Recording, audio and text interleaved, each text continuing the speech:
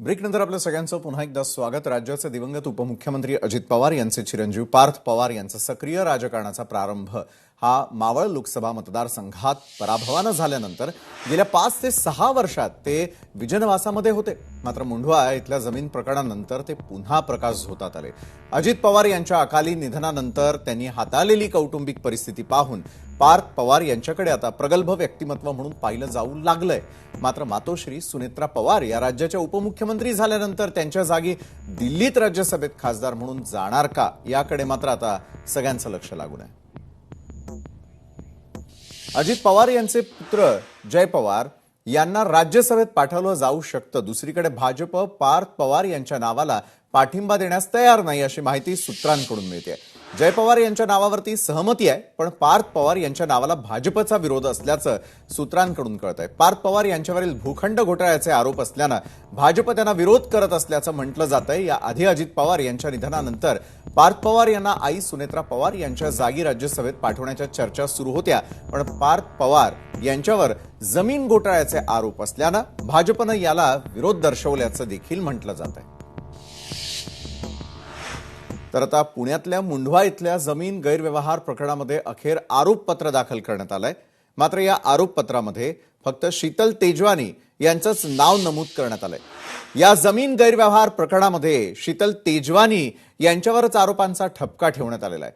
बरं, विशेष म्हणजे या प्रकरणामध्ये दिग्विजय पाटील आणि पार्थ पवार यांची नावं आरोपपत्रामध्ये समाविष्ट करण्यात आलेली नाही। त्यामुळे पार्थ पवारांचं नाव मुंढवा जमीन गैरव्यवहार प्रकरणातून वगळण्यात आलंय का असा सवाल उपस्थित होऊ लागलाय। तर केवळ शीतल तेजवानीवरच कारवाई का? दिग्विजय पाटील आणि पार्थ पवार यांच्या भूमिकेची चौकशी का झाली नाही? महाराष्ट्र हा राजकारण्यांच्या हिताचा आणि राजकीय दलालीचा अड्डा बनलाय का असा संतप्त सवाल स्वतः अंजली दमानिया यांनी उपस्थित केलेला आहे। याच संदर्भात अधिक चर्चेसाठी थेट सामाजिक कार्यकर्त्या अंजली दमानिया आपल्यासोबत जोडल्या गेलेल्या आहेत। अंजलीताई, आज खरं तर पार्थ पवार यांचं नाव नसणं, दिग्विजय पाटील यांचं नाव त्यामध्ये नसणं, हा नेमका कसला सूचक इशारा आपण समजायचा? हे प्रकरण इथेच थांबतंय का चौकशी सुरू राहावी? काय वाटतंय अंजलीताई? कसं आहे विशालजी की आज फक्त एक part chargesheet file, part chargesheet म्हणजे फक्त शीतल तेजवानी पुरतं, बाकीचा आमचा तपास अजून चालू आहे असं सांगण्यात आलंय। आणि मग तोच प्रश्न पडतो ना की तुमचा तपास संपणार कधी कधी? पार्थ पवार आपण ढगात गेल्यानंतर, पार्थ पवार म्हातारा झाल्यानंतर का?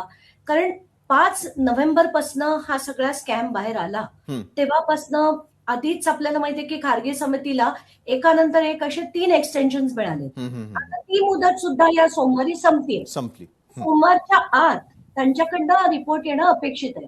पण पोलिसांनी जे तपास केले त्याच्यात आजपर्यंत FIR मध्ये पार्थ पवारचं नाव का आलं नाही? आणि मीडियाचं नाव जे आहे ते अगदी पुसटसं घातलेलं आहे त्याच्यात।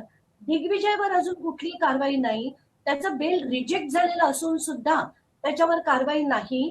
तो आता हायकोर्ट मूव्ह करेल, पुन्हा ABA त्याचं मॅटर हिअर होईल। हे चाललंय काय असा प्रश्न पडतो मला। खरं तर अजित पवार गेले याचं प्रचंड दुःख झालं, पण या दुःखात अख्खा महाराष्ट्र हळहळला आणि ह्या लोकांना, या मंडळींना काहीच कसं वाटत नाही। कारण मला जी माहिती मिळतेय की काही तासात, म्हणजे अजित पवार गेल्यानंतर काही तासातच पार्थ पवारनी असं म्हटलं की आता मला राज्यसभेवर जायचं आहे, माझ्या आईला उपमुख्यमंत्री करा। मला असं वाटतं की या मुलाला सुचतं कसं? वडील गेल्याचं दुःख याला नाही का? आणि काय चाललंय हे? म्हणजे जे सगळं ऐकते ना मी, मला असं वाटतं आपण महाराष्ट्रापुढे ही नेते मंडळी काय धडा देतात? आताच्या घटकेला आपल्या घरात कोणी गेलं तर महाराष्ट्रात सुतक असतं, सगळं असतं, त्याची कार्य असतात, ते करायचं सोडून याला सगळ्यांना पडली आहे हे बघून खूप दुःख। म्हणजे मी सांगते ना, मी तर वेड्यासारखं लढले अजित पवारांविरुद्ध, पण ते गेल्यानंतर तो दिवस, पुढचा दिवस कुठेतरी सुन्न झालं होतं डोकं। आणि असं वाटत होतं की त्यात मी जेव्हा ऐकलं की पार्थ पवारला आता राज्यसभेची सीट हवी आहे आणि त्याच्यासाठी तो अक्षरशः म्हणजे सगळ्यांना त्यांनी 2 तासातच सांगून टाकलं, हे ऐकून मी म्हटलं या माणसाला मी राज्यसभेवर जाऊ देणार नाही, ज्यांनी 1800 कोटीची सरकारची जमीन खाण्याचा प्रयत्न केला, ज्याला वडिलांबद्दल काही वाटत नसेल, आणि भावना, आपलेपणा, माणुसकी ही जर या मुलाकडे नसेल, त्याचे अनेक थेर सुद्धा मी ऐकले. तर अशा व्यक्तीला माझ्या देशाचा राज्यसभेचा MP म्हणून मी जाऊ देणार नाही. आणि म्हणून मी परत ते ट्विट पण केलं, काल पण केलं आणि आज पण केलं. हो. आणि आज ही माहिती आली की पुन्हा चार्जशीट फक्त पार्टच फाईल केलं गेलं आणि ते पण फक्त शीतल तेजवानी का तर 60 दिवसात ते जर फाईल झालं नाही तर तिला सुद्धा बेल मिळेल. म्हणून पोलिसांनी फक्त तेवढ्या पुरतं, कारण काय आता अधिवेशन आहे, प्रश्न विचारले जाऊ शकतात. मागच्या अधिवेशनात विचारले गेले नाही, नव्हते. तो प्रश्न सोडा. पण आताच्या घटकेला जर विचारलं तर कारवाई झाली आहे ना, ती जेलमध्ये आहे ना, हे दाखवता येईल. म्हणजे दिग्विजय नाही, पार्थ नाही, कुणावर नाही.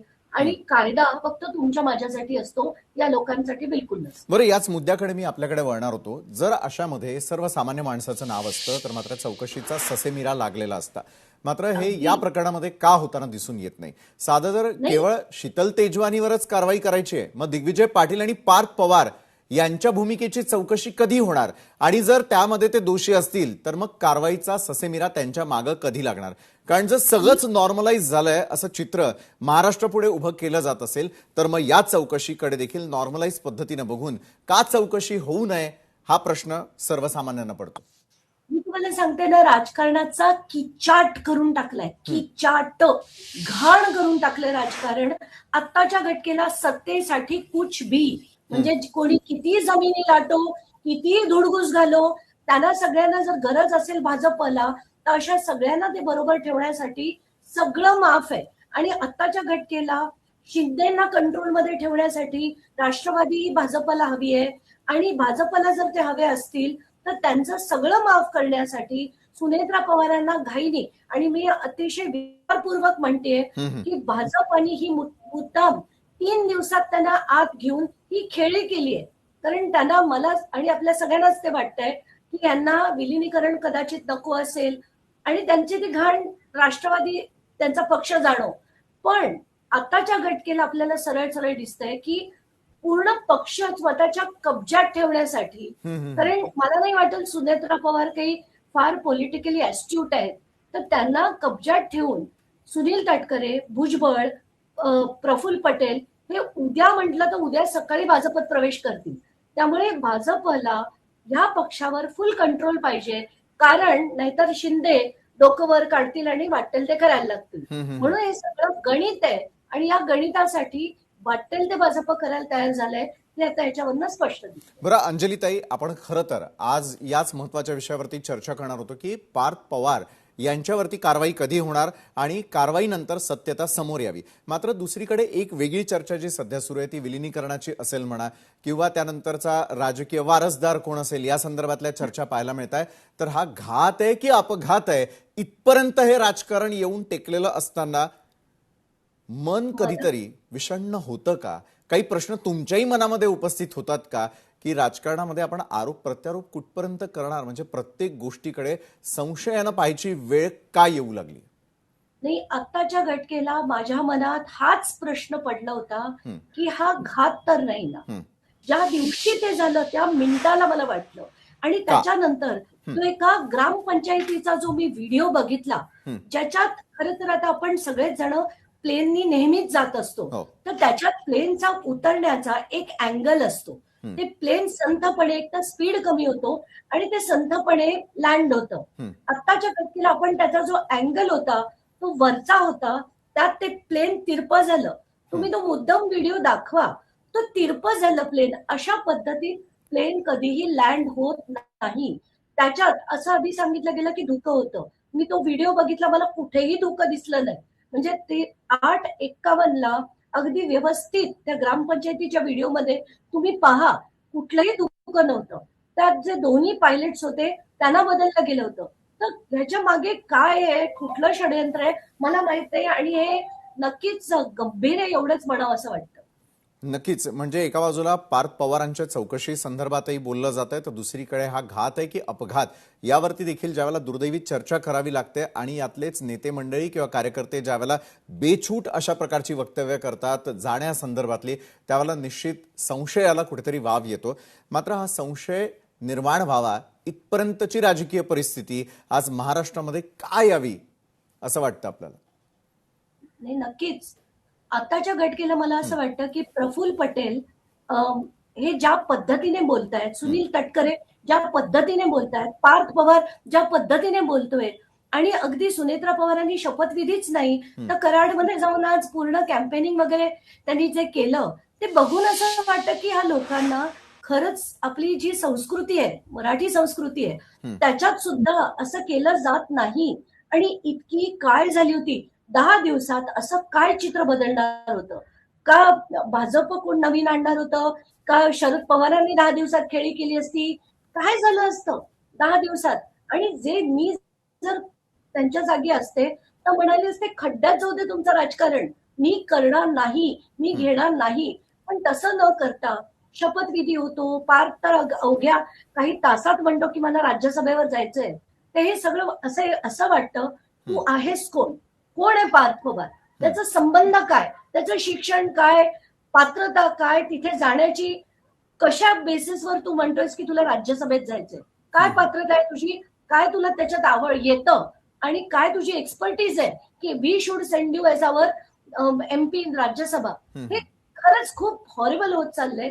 हे गणितच आता किळस यायला लागली आहे सगळ्याची. बरोबर आहे. मुंढवा प्रकरणामध्ये आता पुढे चौकशी कशी व्हावी असं तुम्हाला वाटतं? कारण हा मुद्दा तुम्ही लावून धरलेला होता. अनेक गोष्टी सत्यता समोर आणण्याचा प्रयत्न केला गेलेला होता. मात्र खरोखर जर एवढा मोठा घोटाळा असेल तर याचं सत्य समोर येण्यासाठी आपल्याला किती वाट पाहावी लागेल? कशा प्रकारची चौकशी पुढे अपेक्षित आहे? नाही, कसं आहे की आता खारगे समितीचा जी मुदत होती, मुदत वाढ देऊन देऊन ती आता 9 तारखेला संपते, म्हणजे सोमवारी संपते. त्याच्या आधी त्यांचा रिपोर्ट अहवाल त्यांचा येईल अशी अपेक्षा आहे. आत्ताच्या घटनेला मी 4 डिपॉझिशन्स केलेत आणि ज्याच्यात मी इतकं प्रूफ दिलंय की खारगे समिती म्हणूच शकत नाही की पार्थची इन्व्हॉल्वमेंट नव्हती. कारण मी त्यांना जी पॉवर ऑफ अटॉर्नी दिली आहे 2021 ची, त्याच्यात सरळ पार्थ आणि शीतलमध्ये सरळ पॉवर ऑफ अटॉर्नी झालंय. त्याचं नोटाराइज्ड कॉपी मी त्यांना दिलेली आहे. या व्यतिरिक्त सगळे जे डिटेल्स दिलेत ते म्हणूच शकत नाही. ओपन अँड शट आहे. आणि त्यात 2 अजित पवारांचे OSD त्यांनी केलेली मदत, मग तिकडच्या स्टॅम्प अधिकाऱ्यांनी केलेली मदत, या सगळ्याचे स्क्रीनशॉट मी त्यांना दिलेले आहेत. तर खारगे समितीचा अहवाल जो आता 9 तारखेपर्यंत एक्सपेक्टेड आहे, तो आला. त्याच्यात जर झालं तर ठीक, नाही झालं तर मी कोर्ट मूव्ह करणार. नक्कीच धन्यवाद. तुम्ही इतक्या सविस्तर चर्चा केल्यात वेगवेगळ्या विषयांवरती आमच्याबरोबर. तर दुसरीकडे ही चौकशी पूर्ण व्हावी आणि सत्यता समोर यावी. पार्थ पवार जर दोषी असेल तर मात्र कारवाई व्हावी ही सगळ्यांची अपेक्षा देखील तितकीच खरी आहे. धन्यवाद, तुम्ही आमच्यासोबत जोडला गेलात त्यासाठी. आजच्या न्यूज प्लॅनेटमध्ये आता वेळ झालेली आणखी एका छोट्याशा ब्रेक